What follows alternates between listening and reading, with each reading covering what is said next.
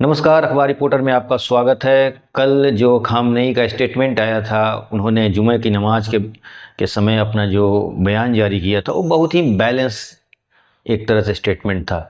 मुझे लगता है कि जैसे बहुत सारे मीडिया हाउसेस बयान दे रही हैं कि वर्ल्ड वार हो जाएगा या बहुत बड़ी लड़ाई छिड़ जाएगी, मुझे ऐसा उम्मीद नहीं लग रही है।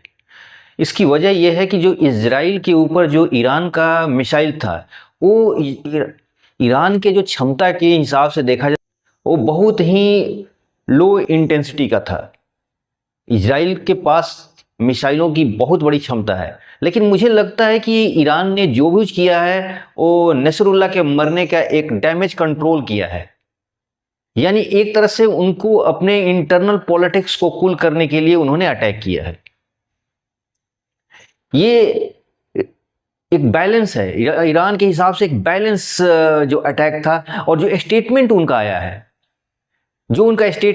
है, उसमें उन्होंने क्या बोला है, वही चीज जिसके बारे में हम पहले से अनुमान लगा के रखे थे कि हमारा दुश्मन कौन है, हमारा मित्र कौन है, और दुनिया के मुसलमानों। हाँ, ये जो लाइन जो बोला ना उन्होंने, बाकी स्टेटमेंट की बातें नहीं, मुझे इस लाइन पर फोकस करना है कि दुनिया के मुसलमानों एक हो जाओ। मैं लगातार जो वीडियो जारी कर रहा था उसमें मैं बता रहा था कि दुनिया के मुसलमान लगभग बटे हुए हैं, एक तरफ शिया और सुन्नी के रूप में। ईरान, दुनिया के मुसलमान ये बात जानते हैं कि ईरान सुन्नी के नहीं, शियाओं की तरफ फेवर कर रहा है।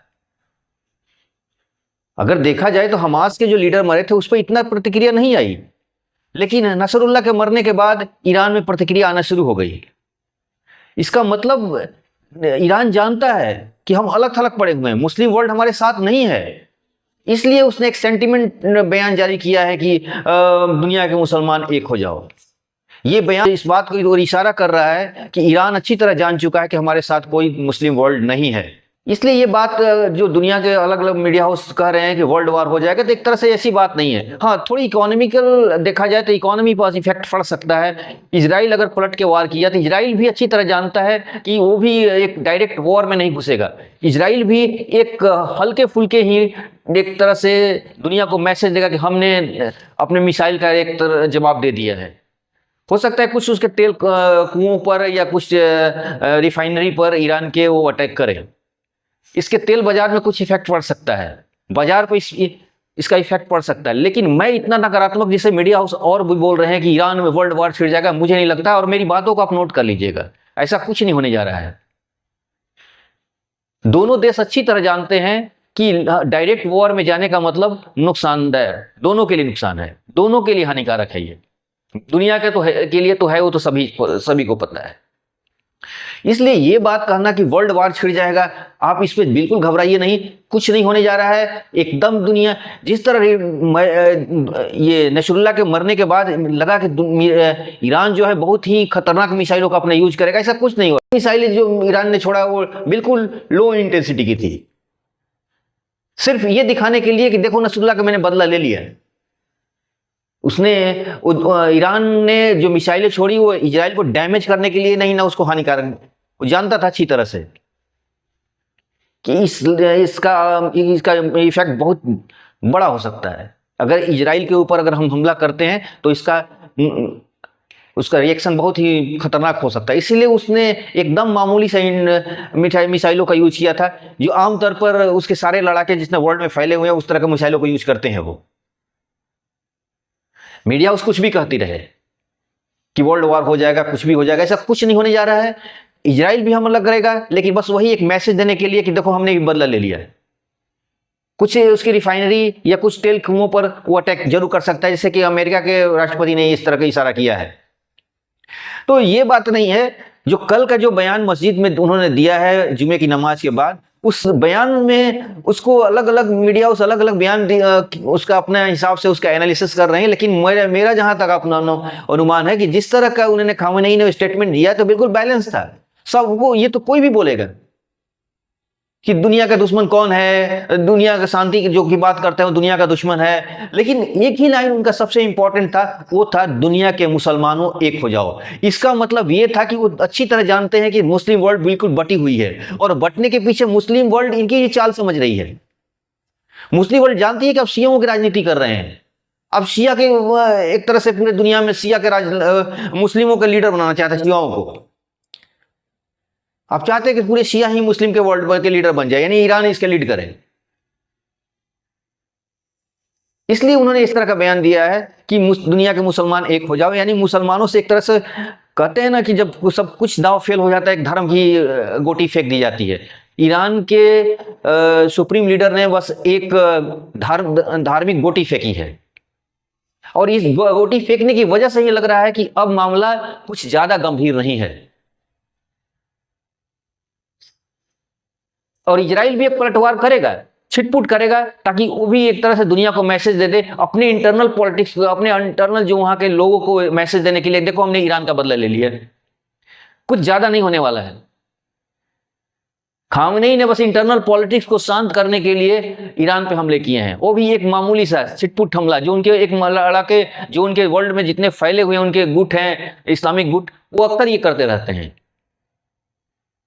तो इसलिए ईरान के हमले से ज्यादा घबराने की जरूरत नहीं है। कोई वर्ल्ड वार नहीं होने जा रहा है, ये एक पॉलिटिक्स है, और इस पॉलिटिक्स में आप ज्यादा इन्वॉल्व ना हो। इसलिए जो कल का उनका स्टेटमेंट आया है, उसकी पूरी तरह से अगर हम लोग देखा जाए तो समीक्षा की जाए, तो मुझे एक ही लाइन उनका बहुत ये लगा कि दुनिया के मुसलमान एक हो जाओ, यानी इस मैसेज देने का मैसेज के अंदर की जो बातें हैं, साफ तक पता चलता है कि ईरान जो है अलग थलग पड़ चुका है, और वो चाहता है कि किसी तरह दुनिया के लोग एक मुसलमानों को सेंटिमेंट मैसेज दिया जाए ताकि वो लोग, लेकिन ऐसा कुछ नहीं है, ऐसा कुछ नहीं होने जा रहा है। दुनिया में कोई वर्ल्ड वार नहीं होने वाली है। हाँ, कुछ जो हमारे इकोनॉमी को असर पड़ सकता है, तेल वगैरह का सप्लाई लाइन में जाने का, अभी देखिए $70 प्रति बैरल की वजह से अब 77 हो चुके हैं, तो इसलिए कुछ अंतर आया है, लेकिन वो भी बहुत मामूली समय के लिए होगा, मामला फिर शांत हो जाएगा। इसलिए बिल्कुल घबराने, मीडिया हाउस के जो न्यूज से घबराने की जरूरत नहीं है। कोई वर्ल्ड वार नहीं होने जा रहा है। कोई एक जो खामनेई का जो स्टेटमेंट था उस पर सबकी नजर बनी हुई थी, हमारी भी नजर उस पर बनी हुई थी, लेकिन स्टेटमेंट के बाद से ही पता चल गया कि खामनेई ने एक बैलेंस स्टेटमेंट दिया है। वो हर नेता देता है, वो अपने इंटरनल पॉलिटिक्स को शांत कराने के लिए हर आदमी इस तरह का बयान देता है और देगा ही। एक बड़े लीडर की हत्या हुई है तो इस तरह का रिएक्शन मामूली बात है। तो इसलिए मैं यही कहना चाहता हूं कि इस न्यूज़ से ज़्यादा टेंशन लेने की ज़रूरत नहीं है कि वर्ल्ड वार हो जाएगा। मीडिया हाउसेस अपना जो दिखाती हैं, उनकी अपना मर्जी है, अपना वो दिखाएं। लेकिन जहां तक मेरा अनुमान है कि उनके स्टेटमेंट के बाद ये लगा कि अब कुछ ज़्यादा अब बचा नहीं है। इजराइल एक काउंटर अटैक करेगा, हो सकता है, लेकिन वो भी मामूली, उसके बाद मामला शांत हो जाएगा। देखिए, जहाँ तक भारत का संबंध है कि भारत पर क्या असर पड़ने वाला है इसका, तो मुझे नहीं लगता कि भारत पर कोई खास असर पड़ेगा, क्योंकि देखिए भारत का संबंध ईरान से भी बेहतर है और इजराइल से भी है, दोनों से अच्छे संबंध है भारत के, तो इसलिए भारत पर कोई खास असर नहीं पड़ेगा। हाँ, ये मिडिल ईस्ट में अगर कुछ मामला हाथ से निकलता है तो हमारे जो कामगार लगभग 90 लाख वर्कर काम करते हैं, उन पर इफेक्ट पड़ सकता है।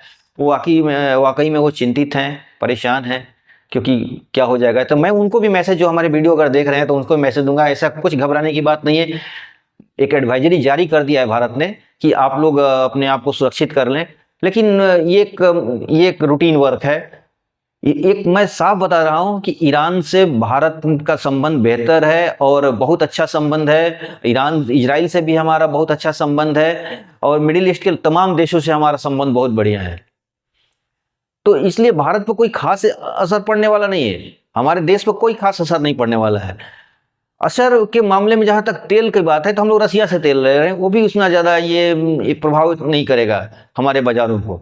तो अब सवाल ये होता है कि क्या असर पड़ेगा। तो कुछ ईरान के अंदर जो कुछ प्रोजेक्ट पे काम चल रहे हैं उस पर हमारा इफेक्ट पड़ सकता है, लेकिन इसलिए कुछ घबराने की बात नहीं है। ये तात्कालिक है, कुछ टेम्पररी, कुछ दिनों के लिए वर्क में कुछ प्रॉब्लम आ सकता है, लेकिन ये लॉन्ग टर्म नहीं है। भारत लॉन्ग टर्म पॉलिसी पे काम कर रहा है, इसलिए इसमें कुछ ज़्यादा घबराने की बात नहीं है। तो ये मुझे नहीं लगता है कि इसमें कुछ बहुत ही चिंता और घबराने की बात है। ये मीडिया हाउस लोग बोल रहे हैं कि युद्ध हो जाएगा, वर्ल्ड वार हो जाएगा, तो नहीं। जब एक स्टेटमेंट से ही पता चल गया कि आप दुनिया के मुसलमान एक हो जाओ, इसका मतलब कि अभी वो खामैनी जो है वो खुद ही सुनिश्चित नहीं है कि इस लड़ाई में हम कहाँ तक हमारा कोई सहयोग देगा, क्योंकि वो मान चुके हैं कि हम अकेले पड़ चुके हैं इस लड़ाई में। उन्होंने जो एक तरह से मास्टर प्लान बनाया था कि मुस्लिमों का हम लीडर बन जाएंगे और पूरी तरह शिया वर्ल्ड को लीड करेंगे और सुन्नी को भी अपना साथ मिला लेंगे, तो ऐसा कुछ होने नहीं जा रहा है। ऐसा कुछ नहीं होने जा रहा है, घबराने की कोई बात नहीं है। तो आज के अंक में बस इतना ही। अगले अंक में फिर हम किसी मुद्दे पर बात करेंगे। तब तक के लिए बहुत बहुत धन्यवाद। आगे आप हमारे चैनल को लाइक कीजिए, सब्सक्राइब कीजिए, अपने दोस्तों को बताइए, कमेंट कीजिए, कुछ कीजिए लेकिन कीजिए। इसके साथ बहुत बहुत धन्यवाद। Thank you.